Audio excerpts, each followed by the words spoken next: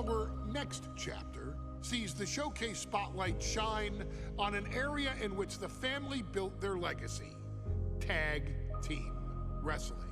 Starting with the wild Samoans, Afa and Sika, all the way through to more recent champions like the Usos or Tama Tonga and Tonga Loa. This dynasty has always excelled in tag team competition, consistently showing an ability to dominate the division with a wide variety of looks. And the first team that we will look at, accompanied to the ring by Afa himself. Fatu and Samu, the Head Shrinkers. They put the fear in people's hearts. That's what the Head Shrinkers did back in the day. Second to none in that ring. You know, hard-nosed, battle-tested. They went for it every single night. More astute fans may also know that early in their journeys, Samu and Fatu were managed by me, Paul Heyman, then known as Paul E. Dangerously, and the SST, the Samoan SWAT team. the Samoan SWAT team is here. Vengeance is mine. Already an imposing force that early on, their future greatness was obvious to so many industry experts. Afa, more than anybody, knew he had the team on his hands, with Samu being his son and Fatu his nephew. The tribal elder was able to mentor both, instilling in them the same unrelenting approach to competition that made the wild Samoans world famous. The team toured through regional promotions before a quick stop with me in WCW, but WWE was always their goal. Be ready affair! The Head Shrinkers are coming! Upon arrival, it was clear that the dynasty's next generation had indeed arrived, immediately drawing comparisons to their world-renowned predecessors. 10 years before it became cool to say, Samu and Fatu displayed ruthless aggression in the ring, overwhelming opponents before the bell and continuing the non-stop attack until their hands were raised in victory. Deceptively agile for men of their size, they brutalized the opposition with devastating dives from the top rope. The duo would eventually go on to capture the WWE Tag Team Championships in the spring of 1994, fulfilling the promise and carrying the legacy to even greater heights. At WrestleMania 9, the Head Shrinkers' one and only in-ring WrestleMania appearance saw them taking on Rick and Scott, the Steiner brothers. Be prepared, Steiner brothers. We're gonna give you a pain that you have never felt before. While I'm not one to make excuses, I am one to give opportunities to you, our expert gaming member of the WWE Universe. And so, today, you have the opportunity to make things right. WrestleMania 9, Las Vegas, Nevada. The Steiners performed at a near-perfect level that day, able to find every reversal and in the chaos emerge victorious. We are asking you to fix that, stop them in their tracks, and get the Head Shrinkers that WrestleMania victory you and I both know they deserve. But if you're not careful, you're going to find yourself reliving the very same memories that have haunted Samu and Fatu for years. Steiner lines, suplexes, Frankensteiners that will all bring your evening to a vicious, miserable end.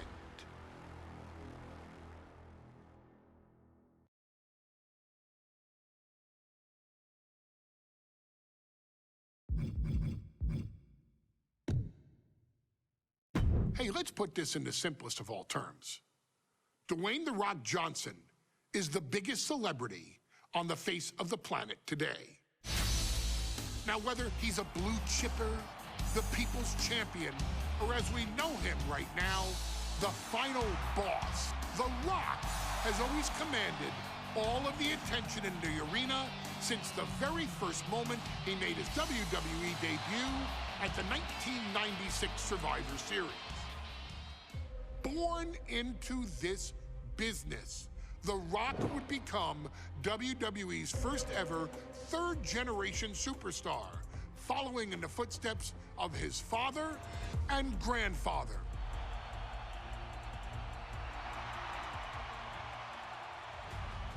Who had competed in WWE rings before him. Dwayne had the huge responsibility. There's a legacy, and you have to take it so seriously.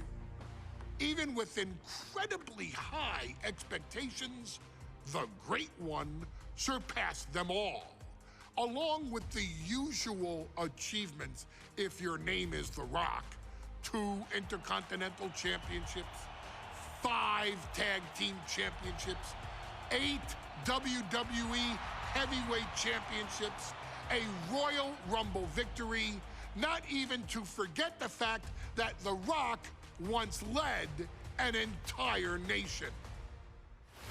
The Rock has one of the more noteworthy feats in WWE history, earning WrestleMania victories over Hulk Hogan, Stone Cold Steve Austin, and John Cena.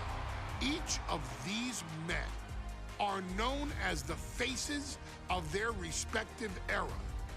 Each of these men found out what happens when you go one-on-one. Oh, you know the rest.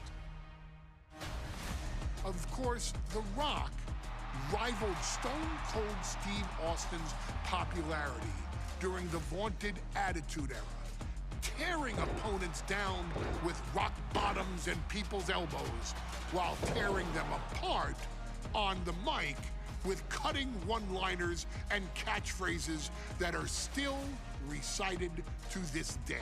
If you smell, know your role and shut your mouth. He ended CM Punk's 434-day title reign as WWE Champion at the 2013 Royal Rumble as well, after having only competed twice over the previous 9 years, displaying the always-ready mentality and physical conditioning on which he has built his global brand. But you don't need me to rattle off The Rock's resume to you, now do you? Of course not. The man is an occasion unto himself. He has headlined the biggest events against WWE's most iconic superstars and has always found a way to, how does he put it? Layeth the smackdown on some jabroni's candy ass. I couldn't have said it better myself, although I think I may have just done that. But indeed, he has.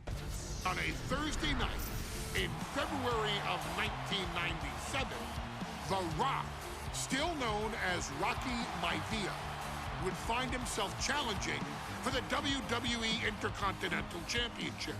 Only a few months into his tenure, he would be matched up against a face that would ultimately become one of his most familiar and hated rivals, Triple H, Hunter Hearst Helmsley.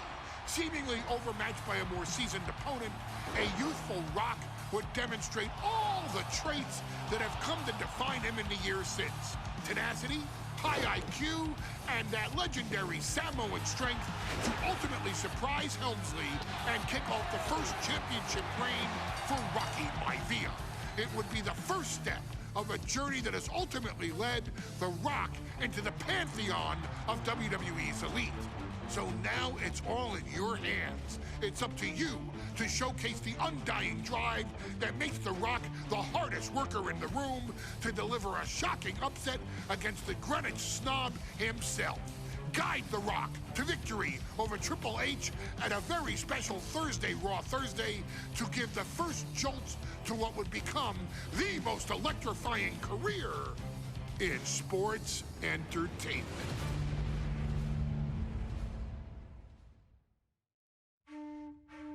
In a family of elite combat athletes and top-tier performers, the final boss has always stood out, even when he was just a blue chipper.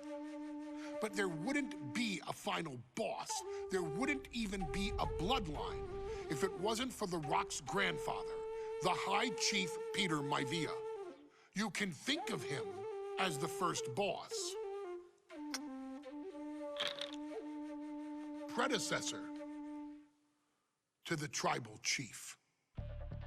He is one of, if not the foundation for our family. The Anawa'i Fatu Maivia wrestling dynasty. I don't think there's anybody more responsible for what's going on now than the High Chief himself. Peter Maivia isn't simply one of the two principals behind the sacred blood bond. He's also an incredibly decorated professional wrestler who traveled the world and won titles everywhere he went. New Zealand, Japan, Europe, and here in the United States, where he enjoyed especially successful runs in Hawaii and California. Maivia would eventually find his way to WWE, engaging in legendary battles with the likes of superstar Billy Graham. His larger-than-life personality would win the WWE Universe over in short order, as it had throughout his entire career. In the ring, High Chief Peter Maivia was a potent blend of brawn and grappling technique, often muscling his opponents down to the mat through a variety of joint locks and then switching to more painful holds once grounded. His sleeper hold and stump puller were both feared and renowned, and make no mistake about it, Maivia knew there was always more than one path to the ultimate victory. Out of the ring, High Chief Peter Maivia also ran one of the most successful wrestling promotions on the planet, Polynesian Pro Wrestling, based out of Hawaii, showing his mastery of the business in every aspect. His induction into WWE's Hall of Fame class of 2008 was supremely deserved, forever enshrining Peter Maivia as the legend he always was. And now, we present to you the opportunity to walk in the boots of the legendary High Chief Peter Maivia, facing off against one of the most legendary WWE rivals, George the Animal Steele. You will settle this score once and forever, and showcase the overwhelming strength of Peter Maivia, which has ever since remained as a hallmark for every single solitary member of this bloodline. Steele is no easy battle, though.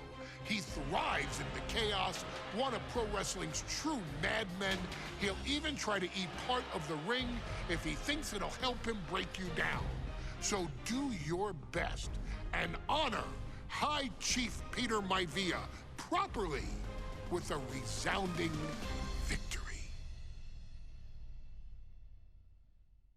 She's not like most girls. She's also not like most WWE superstars. Nia Jax, the reigning queen of the ring, is a reckoning, a force of nature that blitzes right through her competition.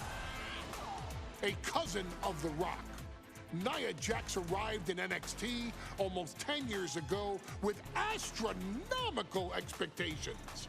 Undaunted, Nia Jax would dominate early opponents, finding herself competing for the NXT Women's Championship mere months after her debut. It did not take long for those running Raw and SmackDown to take notice. Well, our next pick, Nia Jax.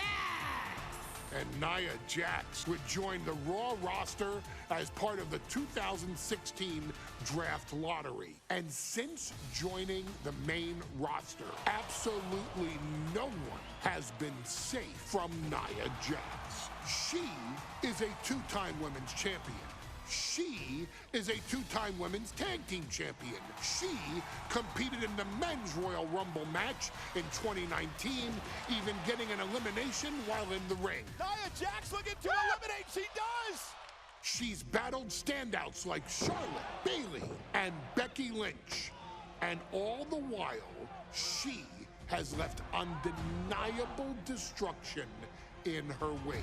In the ring, she applies many of the same tactics that once benefited Yokozuna, even using her own version of the bonsai drop, known as the Annihilator.